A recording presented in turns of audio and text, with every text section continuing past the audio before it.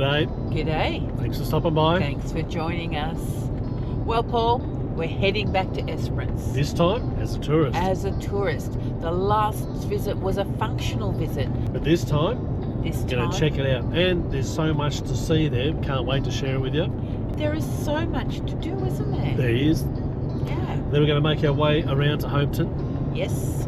And we're going to check out the Fitzgerald River National Park. And attempt a walk up East Mount Barren. My goodness. You'll have to stick around to see how far we get along that walk. And that was steep.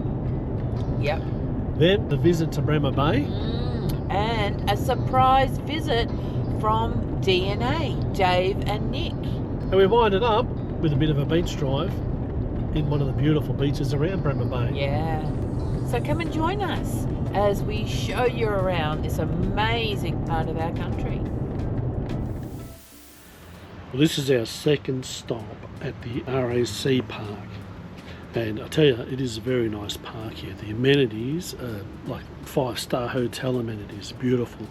The sites, the good sites, they all have mats on them. It's got a swimming pool, games room, all that sort of gear, camp kitchens. It's a really nice park. I tell you what, Esperance is not short of things to do.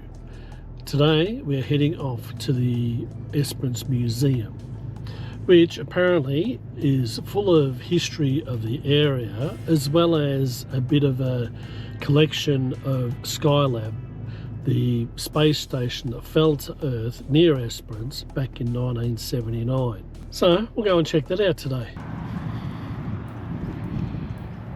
As soon as we stepped inside the museum, we realised this place is far bigger and far quirkier than we expected. As you walk in, it starts in the marine section. You get to check out relics that tell the story of Esperance's deep connection to the ocean.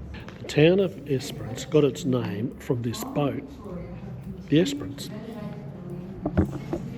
Then everything from old machinery to classic vehicles. Wandering further in, we found a beautiful snapshot of what life was like around the region over the decades. And of course, with the museum living inside the former rail yards, there's an impressive old steam train taking pride of place. But the showstopper, the Skylab exhibit, complete with real fragments that fell near here in 1979, including an actual oxygen tank.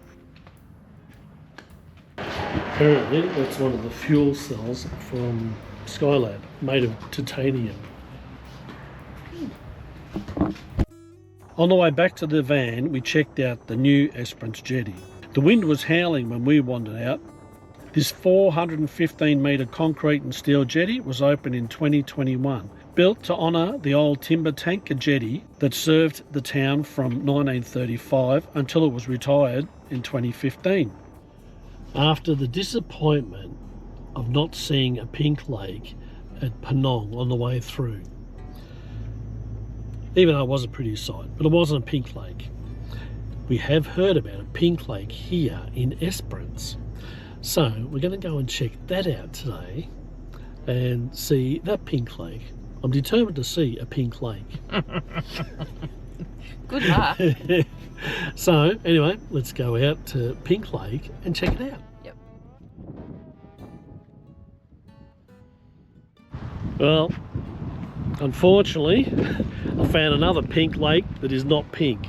Apparently I have to go up to Kalbarri to find a pink lake. It's a little bit too far for us on this occasion. But yeah, it's the wrong time of year. Up until a couple of months ago, apparently this was pink, but it's not now. So they even have a sign here justifying why it's not pink. Anyway, the pink lake is not pink. Used to be pink. We didn't get a chance to explore any of the beaches last time we came through Esperance, but we'd heard whispers, the kind that sound like travel rumours, that a couple of spots around here were basically paradise. So this time, we made sure to check them out. First up was Blue Haven Beach, not far from the caravan park, and honestly, it's exactly what it sounds like. This perfect little bay with water the colour of blue Powerade. Crystal clear, bright, and absolutely impossible not to stare at. Next along the coast was Twilight Beach. And another stunner. Esperance, now you're just showing off.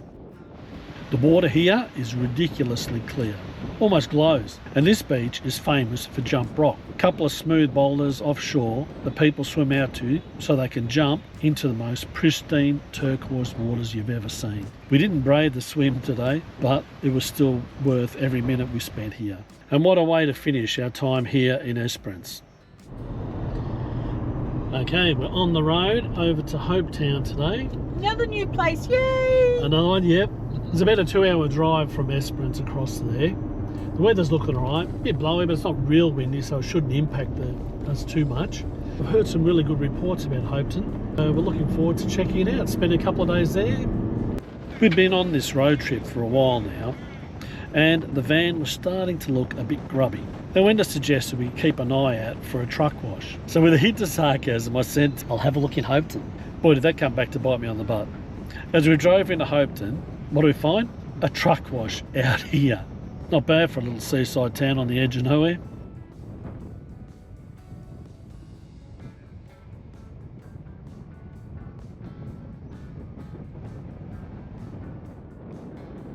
Well, that's dinner sorted.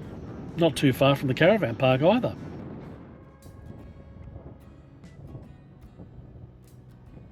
Well, we've arrived in Hopetoun. Got a couple of nights here. Bit of a mix-up at the start with the sites, but all good in the end.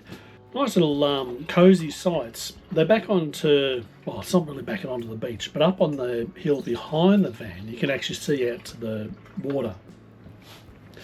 I don't know if you can get to it from here because it's like through a lot of dunes and grass areas, but you're not that far from the water. So it is a nice view from up there. A bit blowy today, so I'm not going to sit up there. Anyway, got some lunch going. A very healthy looking lunch. And then we might go and have a bit of a look around Hopetoun.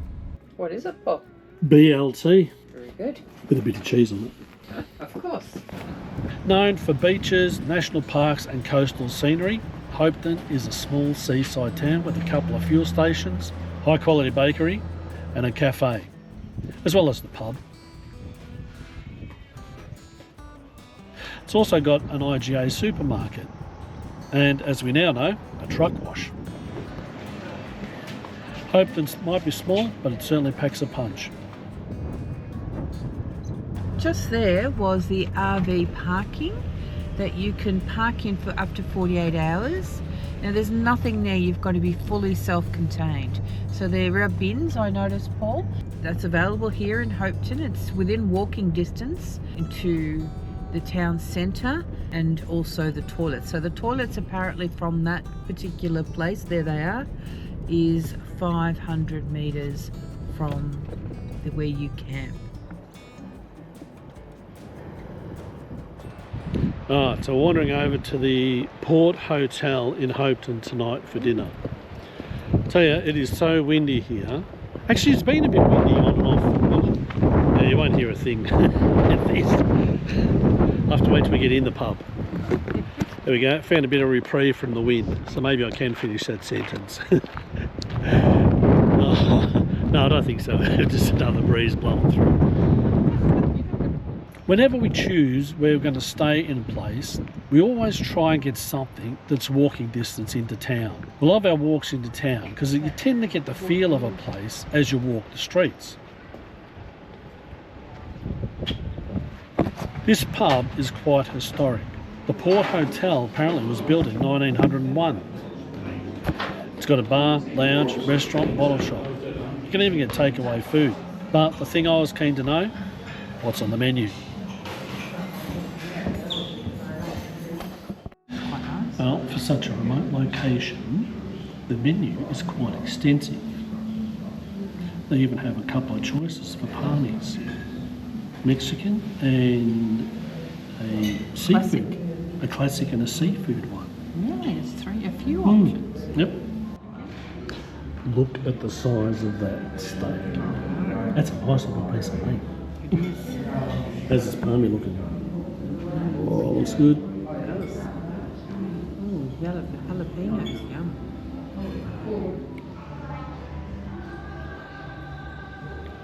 Well, we had a very pleasant evening at the Port Hotel in Hopetoun last night.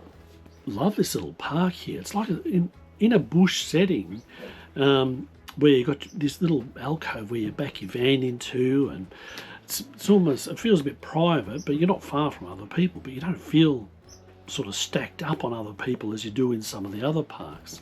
It's got all your basic gear, laundry, I think $5 a load for the washing. Camp kitchen. Camp kitchen's got microwave, air fryer, all the usual stuff. The toilet block, it seems very ancient style, like something straight out of the 50s or 60s, but it's spotlessly clean and in good condition too. Today we are off to Fitzgerald River National Park. Going to do one of the hikes out there. Apparently it's quite challenging, so it'll be interesting to see. We've decided, well, if we get part way and it's too much, we'll just turn back as we do. But at least go and have a look at it and check out the park. It's supposed to be really good. We prepared a bit of lunch, cooked up some of Wenda's homemade burgers this morning with a bit of bacon, some mushrooms, got some pumpkin and capsicum also to throw in there. So it's all good. All right, let's check out Fitzgerald National Park. How much was it for? Well, it's $17 for the day. Mm-hmm. You can get a concession for $10 for the day. Gee, that's a big drop. And motorbikes are $10.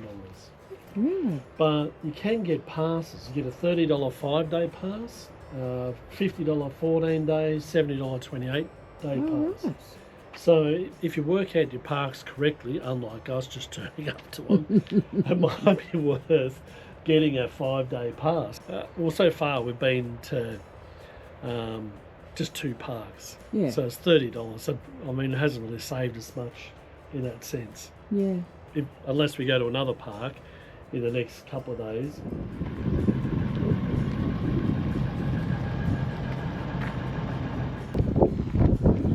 Apparently, there are over 70 species of flora that are found here in the Fitzgerald River National Park that cannot be found anywhere else in the world. Look at this. Can't say I've ever seen these before. We got them, haven't we? It's a boot cleaning station here, just to make sure that we don't take anything on our shoes, to ensure that we protect these amazing plants out here. This walk is considered grade 4, so it's quite a tricky walk. The first part of it that we're on right now, it's a bit of a boardwalk, amazing looking plants. But we're heading up to the top of the peak here, which is... Grade 5. Oh, the peak is grade 5, is it? Once you get to the end, it becomes a grade 5. I don't know, we'll see how we go. Anyway, we're headed up there. Ooh. I'm not sure that we're going to make it, actually. What is it those iconic cabbages? They're only found here. Alright. Pretty cool, aren't they? Amazing. What are the colours of these?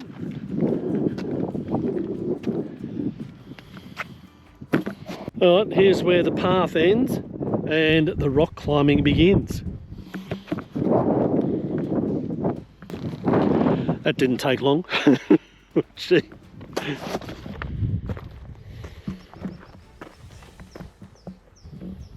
I must admit, I'm not one for gardening or plants and things, but I'm seriously impressed with these plants here. Oh my goodness, this is beautiful.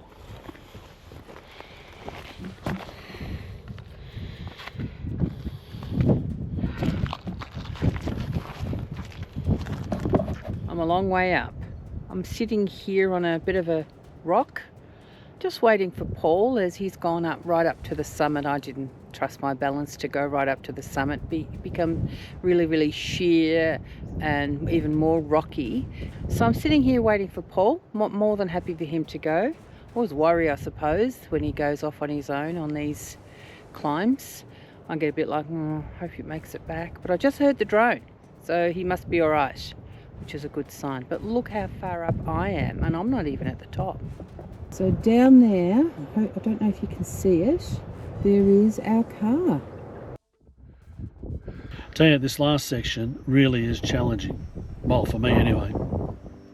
But the reward is this view. Wow, what a view. You literally feel like you're standing on top of the world.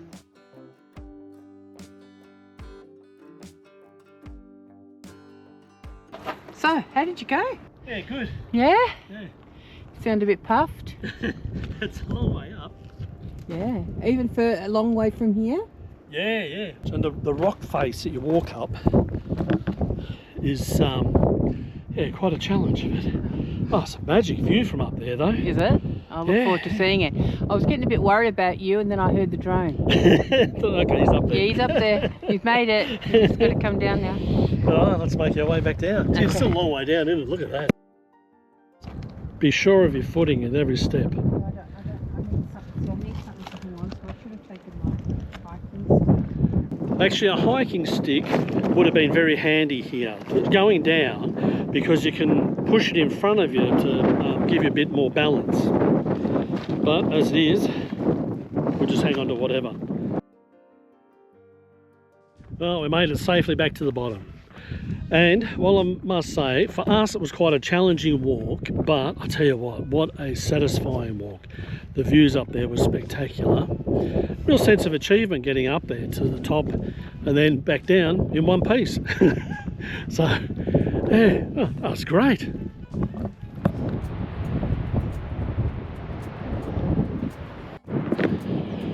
There's a whole range of walks here at Fitzgerald River National Park. Some of them on well-formed concrete paths like this, which you can actually get a wheelchair and pram up here easy enough, to the ones like I went on before. So you can pick and choose which ones you do, I suppose, but they're all spectacular. The beaches are just incredible everywhere. Cave Point turned out to be one of those spots that just stops you in your tracks. From the lookout, you get this sweeping view of the coastline. And there's the cave, carved into the cliff face, which is even more impressive from above. Just another reminder that Fitzgerald River National Park is full of surprises. A short stroll from the car park down to the beach takes you out to this. What a spectacular view. I know I keep saying that, but everyone just blows me away. The colour of the sand, the colour of the water, oh my goodness, check it out.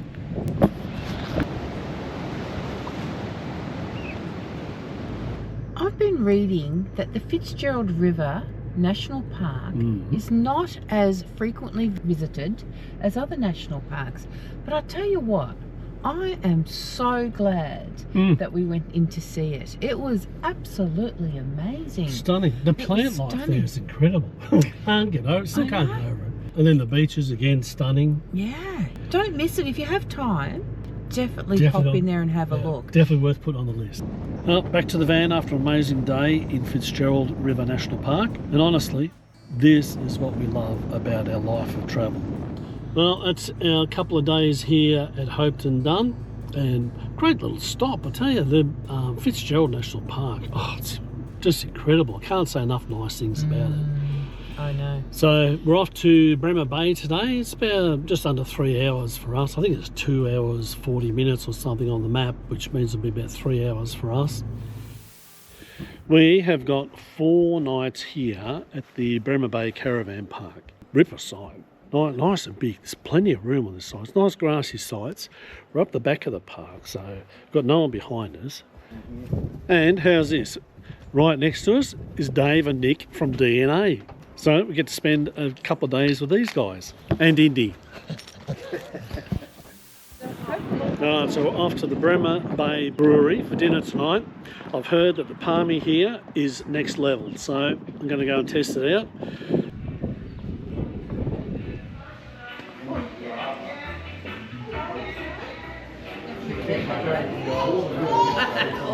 That's better. Alright, so this is the palmy. Check it out. What'd you get? I got a pulled pork burger, gluten-free bun, Very good. and chips. What'd you get, Nick? I got the spotted red emperor, grilled, chips and coleslaw. Yum. The boys have gone with palmies, of course. Is it a palmy or a palmer? Where are we? Very good question. What's in Darwin? Palmer. We were keen to get in a beach drive, and Bremer Bay is loaded with options, some better than others.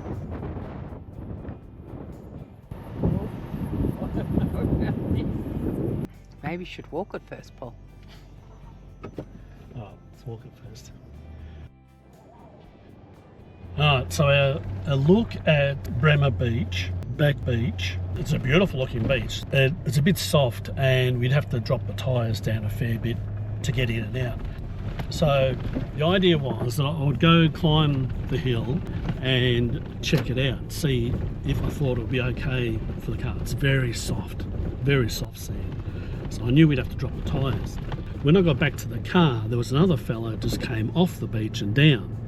So I had a chat to him and he was saying he actually got bogged down there and he dropped up his tyres down to 10 psi and managed to get out with that. Anyway, he recommended Blossoms Beach, said he drove on that yesterday and he had his tyres at 40 psi. So I thought, oh, okay, we'll come over here and have a look. So we've come over to Blossoms and sure enough, there's a bit of a dirt track into the beach. Then it turns to sand as you go onto the beach, but it's actually quite firm still. Anyway, so check out this beach. It is a beautiful beach. I mean, another one of the stunning beaches around here.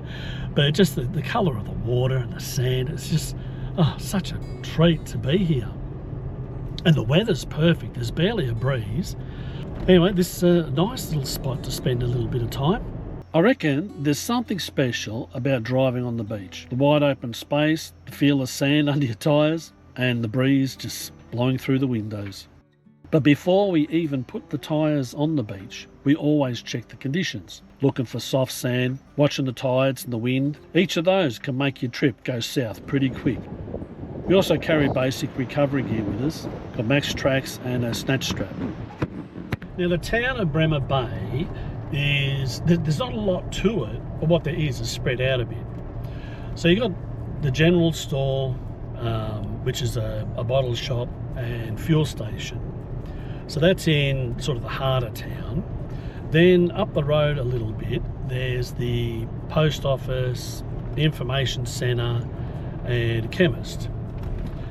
Then on the road into Bremer Bay, you got the Bremer Bay Brewery, as well as the Bremer Bay Resort. The rest is just beautiful beaches, which is not a bad reason to have to come here, just for the beaches. We're heading out for dinner tonight to the Bremer Bay Resort. The Bremer Bay Resort is only just up the road from the caravan parks. It's only a 5-minute drive. Actually, you could probably walk in 15-20 minutes. Anyway, we're here, so we're going to go in, grab a bite to eat, see what this is like. I'd be curious to see how this place compares to the brewery. You know, even though it's part of the resort, it still has that pub feel about it. What'd you get? A veggie bowl with beef strips. Palmy and pint night tonight. Lucked out. Well, our time here at Bremer Bay is done. We're off to Albany today. A few days there. We've got a couple of things at the post office being delivered. So we'll pick up them as part of our mailing regime. It's all new to us, so we're looking forward to this next stage as we head over to Albany today. So what's next, Paul? Next on this road trip is Albany. And there is a mountain of things to share from down there. Yeah, there is so much to do at Albany. From the whaling station. Yep, to the Gap and the Natural Bridge. Yep. And then we head out to Walpole. Yes. Which, oh my goodness, that was amazing. Yeah. I was not expecting that. No, I know. That was a real surprise. Yep. We weren't even supposed to stop there. And it was great. So hopefully you can come and join us next time as Yeah. we continue this road trip around the southwest of Western Australia. Yeah, definitely. Come and join us. Thanks for stopping by. Bye for now. Bye.